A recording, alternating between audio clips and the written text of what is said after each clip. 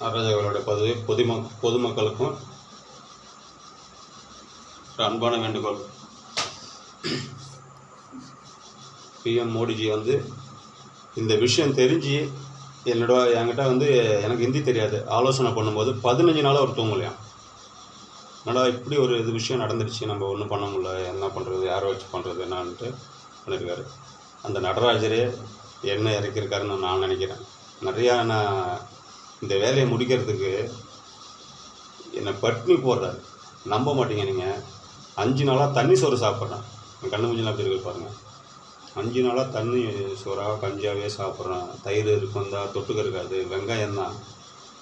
என்ன கதை என்னன்னு தெரியல இந்த நடராஜர் நடத்துறது. அவனை அவ்வளோ அக்கிரமம் அவன் பண்ணிட்டானோ. திருமாவளவனுக்கு என்ன சொல்கிறேன், பொதுமக்களுக்கு என்ன சொல்கிறேன்னு கேட்டால், 16 வருஷம் இவனை தூக்கி எட்டை போட்டுட்டு அந்த இடம் எவ்வளோ முன்னேற்றம் அடையுதுன்னு பாருங்கள். மக்கள் எவ்வளோ ஹாப்பியாக இருக்காங்கன்னு பாருங்கள். பிரதமர் என்ன சொல்லியிருக்காரு தெரியுமா, இந்த எடுக்கிற இடத்துல வர யாத்திரிகளுக்கு இலவசமாக தங்குற இடம், சாப்பாடு, குளியல் அறை, அவங்க பொருட்கள்லாம் வைக்கிறது, படிப்பகம், சும்மா குழந்தைங்க விளையாடுற பொழுதுபோக்கு.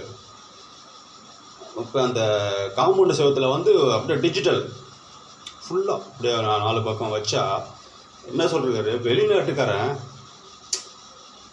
போட நடராஜா கோயிலுக்கு சிதம்பரம் போனால் போய் ஒரு 15 நாள் ஹாப்பியாக சாப்பிட்டு வரலாம்டா. சாப்பாடு ஃப்ரீ, சாமி பார்க்குறது ஃப்ரீ, சுற்றி பார்க்குறது ஃப்ரீ, ரூமு ஃப்ரீ, எல்லாம் ஃப்ரீயாக இருக்குது. அருமையான வாட்டர் இருக்குது, குடிக்க தண்ணி இருக்குது.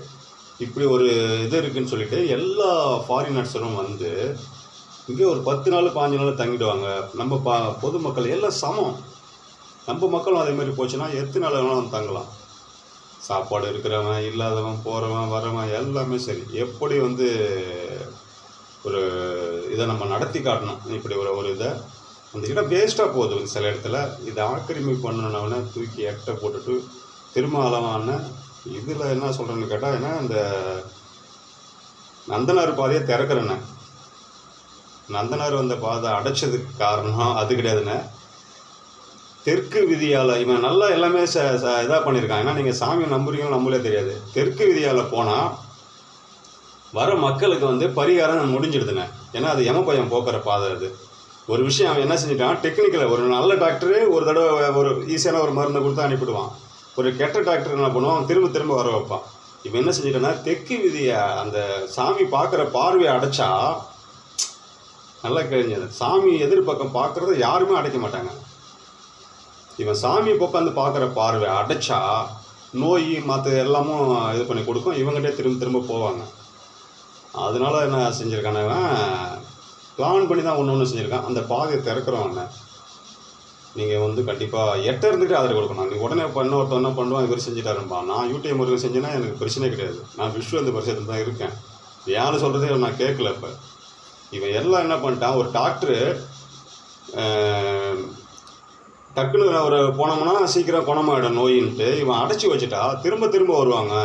மரணம் இதெல்லாம் நிறைய ஏற்படும், போகும் வரும்னு இவன் பண்ணிட்டான். அந்த வாசல் இப்படியே திறந்தவொடனே பாருங்கள் எப்படி பிரகாசம் இருக்குன்னு பாருங்கள். வரவங்க ஒரு தடவை வந்துட்டாங்கன்னா அவங்க உடம்புல உள்ள நோய் பூரா போகும். என்ன சொல்ல வரவங்களுக்கு, நடராஜரை தரிசிக்கிறவங்க நீங்கள் விருப்பப்பட்டு உண்டியில் போடுங்க, உண்டியில் வச்சுருவோம். ஆனால் நீங்கள் 1 ரூபா கொடுக்க தேவையில்லை. தாம்பாளத்தில் விற்கிற காசு 1 ரூபா வைக்க தேவையில்லை. நீங்கள் போடணுன்னா நம்ம நாடு முன்னேறணும், நல்லா இருக்கணும், இந்த செலவெல்லாம் பண்ணணும் அப்படின்னா நீங்கள் அதில் போடலாம். இவங்க 16 வருஷம் இவங்களை தூக்கி எட்டை போட்டுட்டு ஜெயிலில் தூக்கி போட்டுட்டு இதை நான் நடத்தி காட்டுறேன். அந்த 16 வருஷத்தில் மக்கள் எவ்வளோ சந்தோஷமாக இருக்காங்க, இந்த இடம் எவ்வளோ முன்னேற்றத்துக்கு வருது என்னன்னு பாருங்கள். மக்கள் எல்லாம் இன்னமும் வரவங்க இந்த 4வது பிரகாரம் எங்கே இருக்குன்னு எல்லாம் தேடணும். கொஞ்சம் கொஞ்சம் இடம் இருக்கும் அங்கங்கே, அதெல்லாம் தேடி தேடி தேடி நீங்கள் இதெல்லாம் ஒரு சப்போர்ட் பண்ணுனா நான் கொண்டு போகிறது ஈஸியாக இருக்கும். உச்சநீதிமன்றம், உயர்நீதிமன்றம், கூகுள் மேப் கூட அந்த 4வது பிரகாரத்தை காமிக்கணும். கூகுள் மேப்பு நடராஜர் கோயிலோட 4வது பிரகாரத்தை எங்கே இருக்குங்கிறத காமிக்கணும். நன்றி.